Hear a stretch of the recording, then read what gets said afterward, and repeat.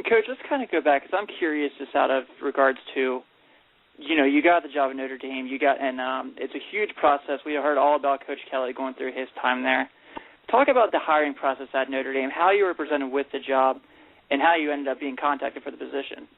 Well, Notre Dame, man, we've never talked much about this, but I think I can now because Father Joyce has passed away. But I was at the University of Minnesota when Notre Dame contacted me, and Gene Corrigan came up to visit me, and he said, we want to do everything we can to help Jerry Fowles succeed. We love the man. We want to do everything he can. But in the event that he does leave eventually, we don't like to pick out the coach at the last minute. So we wanted to visit with different coaches around the country, and a couple of questions we want you to understand.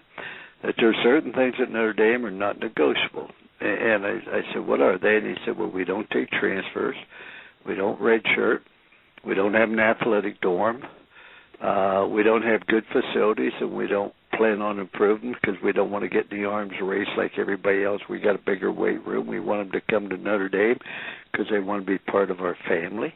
We're going to play the most difficult schedule we can find, and they lived up to that, I will say. And we expect to be competitive for a national championship.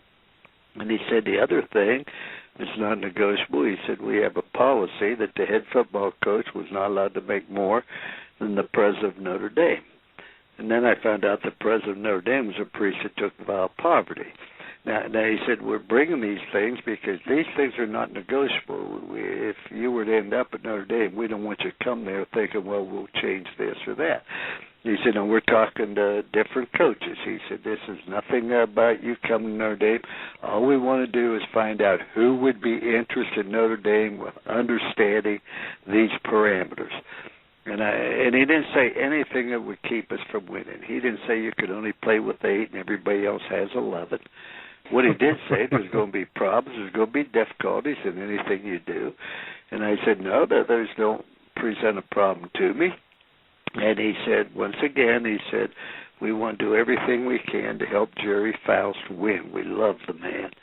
Well, when Notre Dame ended up making a change and did not renew Jerry Fowles, then Father Joyce called, and he said, we have decided that you're the man we'd like to have lead Notre Dame. Do you understand the things that we aren't going to change, academics, et cetera? And I said, yes, and he said, with that, we'd like you to be the head coach. See, what they did, I didn't realize this, but they had the head coach picked out before the other one left, so that there isn't all this, everybody getting in, ought to be this guy, that guy, and then you go to a coach and say, you interested in Notre Dame? Well, if he hadn't been contacted by Notre Dame, he's going to say no because it hurts his school, and if he doesn't get the job, and so I said, Father, I really want to be at Notre Dame, but I've got to check with my family. My youngest son was a diabetic. He was a freshman in Minnesota. I had a daughter who was junior in high school. And here's the irony. I go back home to talk to my wife. I said, I'll call you in the morning, Father. I want to do it, but my family's my first obligation. So I go home. We talked about decide I could go to Notre Dame. Kevin would be all right. The phone rings. I was offered a job at Southern Cal the same night. The next morning I called Father Joyce and said, yes, and he said, great. He said, we're playing Miami. We'll do the press conference next Monday, the announcement. I said, fine. He called me back a little bit later that day. He said, no, there's too many people deciding who should be the coach. He said, we want to put an end to it.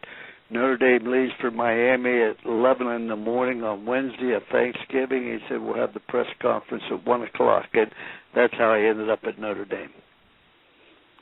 That's an amazing story. I'm a younger kid, and I'd never really heard the details of that because it was I have never shared those before, but that's exactly the way it happened. And the whole thing about they wanted Jerry Fowles to succeed, but they had foresight of saying, okay, and I didn't know. They said they're talking to many coaches just to find out who would be a possible candidate before that happened.